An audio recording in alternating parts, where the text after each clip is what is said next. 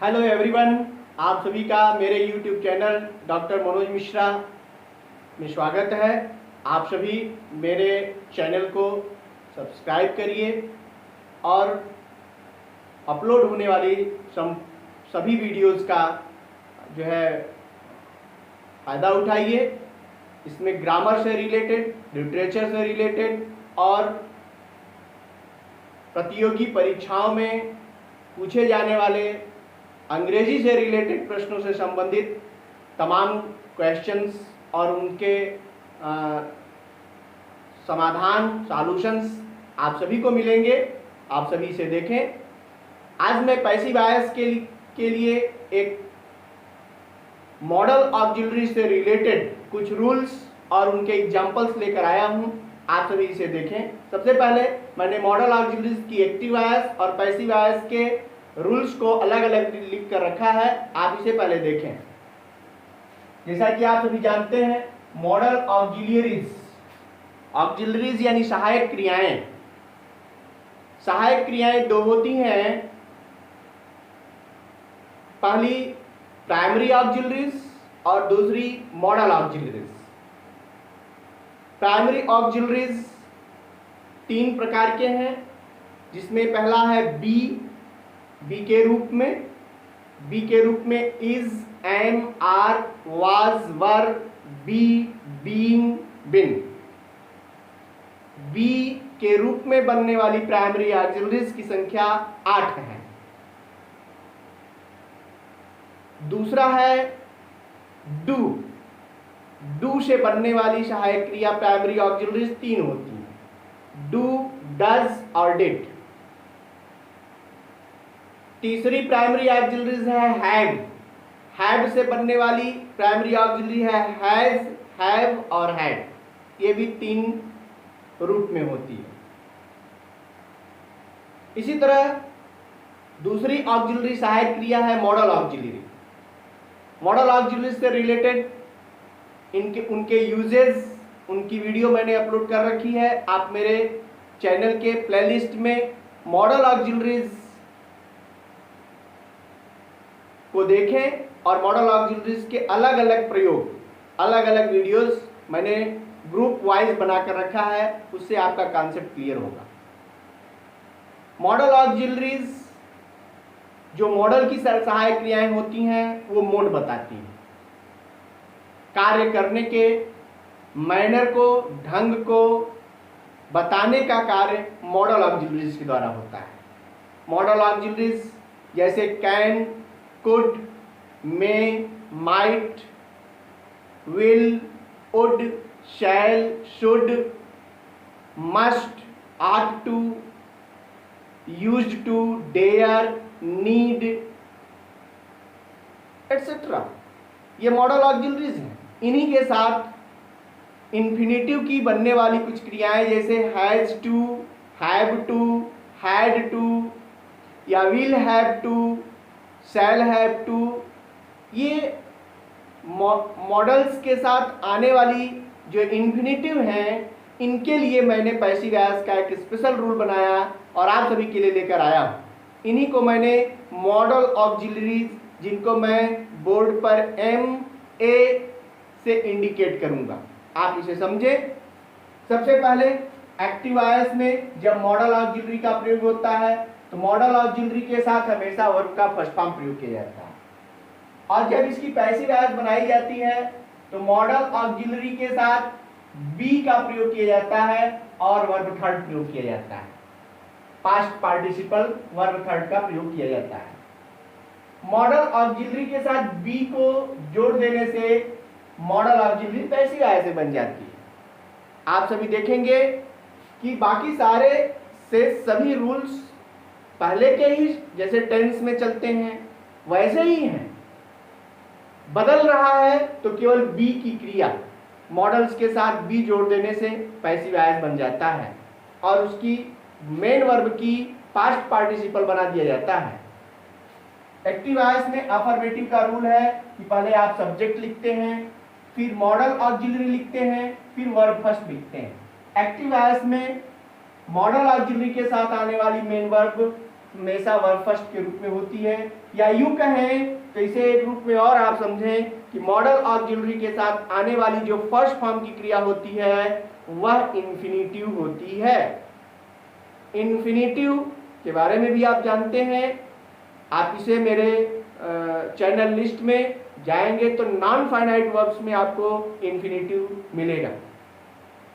Infinitive verb के first form के पहले टू लगाने से बनता है। इसके दो यूजेस हैं, एक तो इंफिनिटिव विदाउट टू और दूसरा infinitive with to. Model auxiliaries में जब वर्ब फर्स्ट प्रयोग किया जाता है तो वह इंफिनिटिव विदाउट टू होता है। कुछ मॉडल्स ऐसे होते हैं जिनके साथ टू लगा करके ही रखा जाता है, क्योंकि उनके साथ आने वाली जो इंफिनिटिव होती है वह इंफिनिटिव विथ टू होती है। जैसे आपको मॉडल ऑक्सिलरीज में ऑट टू, यूज टू मिलेगा जिसमें टू लगा है। टू क्यों लगा है? क्योंकि इनके साथ आने वाली जो इंफिनिटिव होगी वह इंफिनिटिव विथ टू होगी। और शेष मॉडल्स के साथ टू नहीं लगता, तो इसका मतलब है कि उसके साथ आने वाली जो इंफिनिटिव है वह इंफिनिटिव विदाउट टू होगी। इसे आपको समझने की जरूरत है। इसी तरह अफर्मेटिव सेंटेंस में जब बनाएंगे तो सब्जेक्ट होगा, फिर मॉडल ऑक्सिलरी होगी, फिर वर्ब फर्स्ट होगा, फिर ऑब्जेक्ट होगा, फिर अदर्स होगा। जब आप इसे पैसिव वॉइस में एक्सचेंज करेंगे तो object in the case of subject होगा, फिर मॉडल ऑक्सिलरीज को लिखेंगे, फिर बी का प्रयोग करेंगे। यहाँ आप ध्यान देंगे कि जब ऑब्जेक्ट को आप लिखेंगे तो उसे in the case of subject यानी सब्जेक्ट बना कर रखेंगे। फिर मॉडल ऑक्सिलरी को ही लिखेंगे, जो मॉडल दिया रहेगा उसके साथ बी जोड़ देंगे। फिर जो मेन वर्ब की यहाँ जिसे हम इंफिनिटिव के रूप में इंडिकेट कर रहे हैं वह अब वर्ब के थर्ड फॉर्म के रूप में प्रयोग की जाएगी, पास्ट पार्टिसिपल बना दी जाएगी। फिर बाई, उसके बाद सब्जेक्ट को ऑब्जेक्ट बनाकर, subject in the case of object, ये इंडिकेशन मैंने इसीलिए कर रखा है कि subject in the case of object होगा, फिर अदर्स होगा। सेम नेगेटिव सेंटेंस में, जब नेगेटिव सेंटेंस में होगा तो सब्जेक्ट पहले होगा, मॉडल ऑक्सिलरी होगा, फिर नॉट या नेवर, फिर वर्ब का फर्स्ट फॉर्म, फिर ऑब्जेक्ट, फिर अदर्स होगा। ये एक्टिव वॉइस में होगा। पैसिव वॉइस में जाएंगे तो object in the case of subject होगा, फिर मॉडल ऑक्सिलरी होगा, फिर नॉट या नेवर, फिर बी। ये जो बी है ये मॉडल ऑक्सिलरी और नॉट या नेवर के बाद, मॉडल ऑक्सिलरी और बी के बीच में नॉट या नेवर होगा, मॉडल ऑक्सिलरी पहले होगा और बी बाद में होगा। फिर वर्ब का थर्ड फॉर्म, फिर बाय, फिर subject in the case of object, फिर अदर्स का प्रयोग किया जाएगा। इसी तरह इंट्रोगेटिव सेंटेंस को भी आप देखेंगे। इंट्रोगेटिव सेंटेंस में सबसे पहले हेल्पिंग वर्ब से शुरू होने वाले सेंटेंस होते हैं, तो इसमें हेल्पिंग वर्ब की जगह पर मॉडल ऑक्सिलरी का प्रयोग किया जाएगा, फिर सब्जेक्ट होगा, फिर वर्ब फर्स्ट होगा, फिर ऑब्जेक्ट होगा, फिर अदर्स होगा, फिर क्वेश्चन मार्क लगेगा। पैसिव वॉइस बनाएंगे तो मॉडल ऑक्सिलरी का प्रयोग पहले किया जाएगा, फिर ऑब्जेक्ट को सब्जेक्ट बनाकर लिखा जाएगा, फिर बी का प्रयोग, फिर वर्ब थर्ड, फिर बाय, फिर subject in the case of object, फिर अदर्स का प्रयोग होगा, फिर क्वेश्चन मार्क लगाएंगे। क्वेश्चन वर्ड वाले सेंटेंसेस होंगे तो एक्टिव वॉइस में क्वेश्चन वर्ड पहले लिखा जाता है, फिर मॉडल ऑक्सिलरी होगा, फिर सब्जेक्ट होगा, फिर वर्ब फर्स्ट होगा, फिर ऑब्जेक्ट होगा, फिर अदर्स होगा। फिर इसके बाद पैसिव वॉइस में जाएंगे तो क्वेश्चन वर्ड पहले ही रह जाता है, फिर object in the case of subject लिखेंगे, फिर बी लिखेंगे, फिर वर्ब का थर्ड फॉर्म, फिर बाय, फिर subject in the case of object, फिर अदर्स प्लस क्वेश्चन मार्क का प्रयोग करेंगे। ये प्रोसेस आपको ध्यान देने की जरूरत है। हु वाले सेंटेंसेस में एक्टिव वॉइस में होता है, हु पहले होगा, फिर मॉडल ऑक्सिलरी होगा, फिर वर्ब फर्स्ट होगा, फिर ऑब्जेक्ट होगा, फिर अदर्स होगा, फिर क्वेश्चन मार्क होगा। पैसिव वॉइस बनाएंगे तो पहले हु का ऑब्जेक्ट बाय हुम, फिर मॉडल ऑक्सिलरी, फिर object in the case of subject होगा, फिर बी, फिर वर्ब थर्ड, फिर अदर्स होगा, फिर क्वेश्चन मार्क होगा।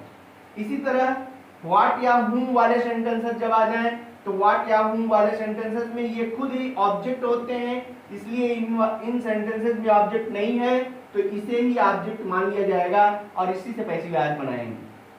तो व्हाट या हुम प्लस मॉडल ऑक्सिलरी होगा, फिर सब्जेक्ट होगा, वर्ब फर्स्ट होगा, फिर अदर्स, फिर क्वेश्चन मार्क होगा। पैसिव वॉइस बनाएंगे तो व्हाट को व्हाट ही रहने देते हैं, हुम का हु हो जाता है, क्योंकि ऑब्जेक्ट हमेशा सब्जेक्ट बन जाता है, तो हुम का सब्जेक्ट बनाएंगे तो हु हो जाएगा। तो व्हाट या हु लिखेंगे, फिर मॉडल ऑक्सिलरी लिखेंगे, फिर बी, फिर वर्ब का थर्ड फॉर्म, फिर बाय, फिर subject in the case of object, फिर अदर्स होगा, फिर क्वेश्चन मार्क होगा। ये आपका मॉडल से रिलेटेड एक्टिव वॉइस और पैसिव वॉइस का एक प्रोसेस बना हुआ एक फार्मूला है, जिस पर आप अब पैसिव वॉइस बनाएंगे तो आप सही जगह पर सही शब्दों को रख पाएंगे। विद्यार्थियों, आप यहाँ इस बात को जरूर ध्यान दें कि एक्टिव वॉइस का सब्जेक्ट पैसिव वॉइस में ऑब्जेक्ट बन के बाई के बाद लगता है, और एक्टिव वॉइस का जो ऑब्जेक्ट होगा वो पैसिव वॉइस में सब्जेक्ट बनकर सबसे पहले लगाया जाता है। और जो मॉडल ऑक्सिलरी है, मॉडल ऑक्सिलरी के साथ बी का प्रयोग करके इसे बीच में लगाते हैं, और जो वर्ब है, वर्ब फर्स्ट का प्रयोग मॉडल ऑक्सिलरी एक्टिव वॉइस के साथ में होता है, तो पैसिव वॉइस में मॉडल ऑक्सिलरी के साथ बी जुड़ने पर ये वर्ब का थर्ड फॉर्म बन जाता है। इतनी चीजें यदि आप ध्यान देंगे तो बाकी सब का स्थान निश्चित है, इनके स्थान को सही करते हुए आप पैसिव वॉइस बना सकते हैं। आप सभी के लिए मैं एग्जाम्पल लेकर आता हूं और बारी बारी से आपको एग्जाम्पल समझाता हूं। आइए एग्जाम्पल देखते हैं। सबसे पहले अफर्मेटिव सेंटेंस का एग्जाम्पल देखते हैं। We should help the helpless. जब आप इसका पैसिव वॉइस बनाएंगे तो सबसे पहले आपको ऑब्जेक्ट इन द के साथ सब्जेक्ट लिखना है। ऑब्जेक्ट ढूंढने के लिए आप हिंदी में क्या या किसको से प्रश्न पूछिए, और अंग्रेजी में व्हाट या हुम से प्रश्न पूछ लीजिए, आपको ऑब्जेक्ट मिल जाएगा। और ऑब्जेक्ट पहले लिखना है द हेल्पलेस, ऑब्जेक्ट है इसमें the helpless should be, models के साथ भी लग जाता है, शुड बी, हेल्प का थर्ड फॉर्म हो जाएगा हेल्प्ड बाय अस। अभी आपको एक अलग से वीडियो मिलेगी जिसमें कुछ अनइम्पॉर्टेंट एजेंट होते हैं, सब्जेक्ट होते हैं, जिनका पैसिव वॉइस में बाय के बाद प्रयोग नहीं किया जाता है। उसके लिए अलग से वीडियो मैं दूंगा आप सभी को। फिलहाल अभी आप इसको रूल्स में देखेंगे तो पहले ऑब्जेक्ट हो गया, फिर हो गया शुड यानी मॉडल ऑक्सिलरी, फिर बी होगा, फिर वर्ब थर्ड होगा, फिर बाय, फिर सब्जेक्ट, उसके बाद subject in the case of object, फिर उसके बाद अदर्स होता तो लिखते, नहीं है तो उतने पे छोड़ दिया। नेक्स्ट नेगेटिव सेंटेंस का एग्जांपल देखिए। You must not do it now, तो ये नेगेटिव सेंटेंस हो गया।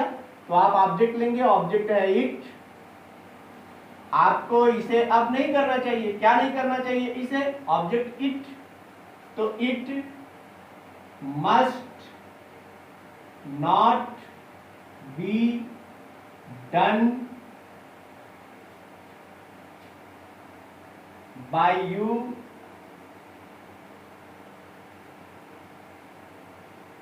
now। now को आप पहले भी लिख सकते हैं, now यानी it must not be done now by you या by you now। can you solve this question, ये इंट्रोगेटिव सेंटेंस है, हेल्पिंग वर्ब से शुरू होने वाला, मॉडल ऑक्सिलरी पहले है, पैसिव वॉइस में आपका मॉडल ऑक्सिलरी पहले ही रह जाता है, यानी कैन, ऑब्जेक्ट हो गया this question, can this question be, verb का थर्ड फॉर्म सॉल्व है, सॉल्व का होगा solved by you. Who can catch the wind, आप यहां पर हु सेंटेंस को देख सकते हैं, तो हु का हो जाएगा बाय हुम, बाय हुम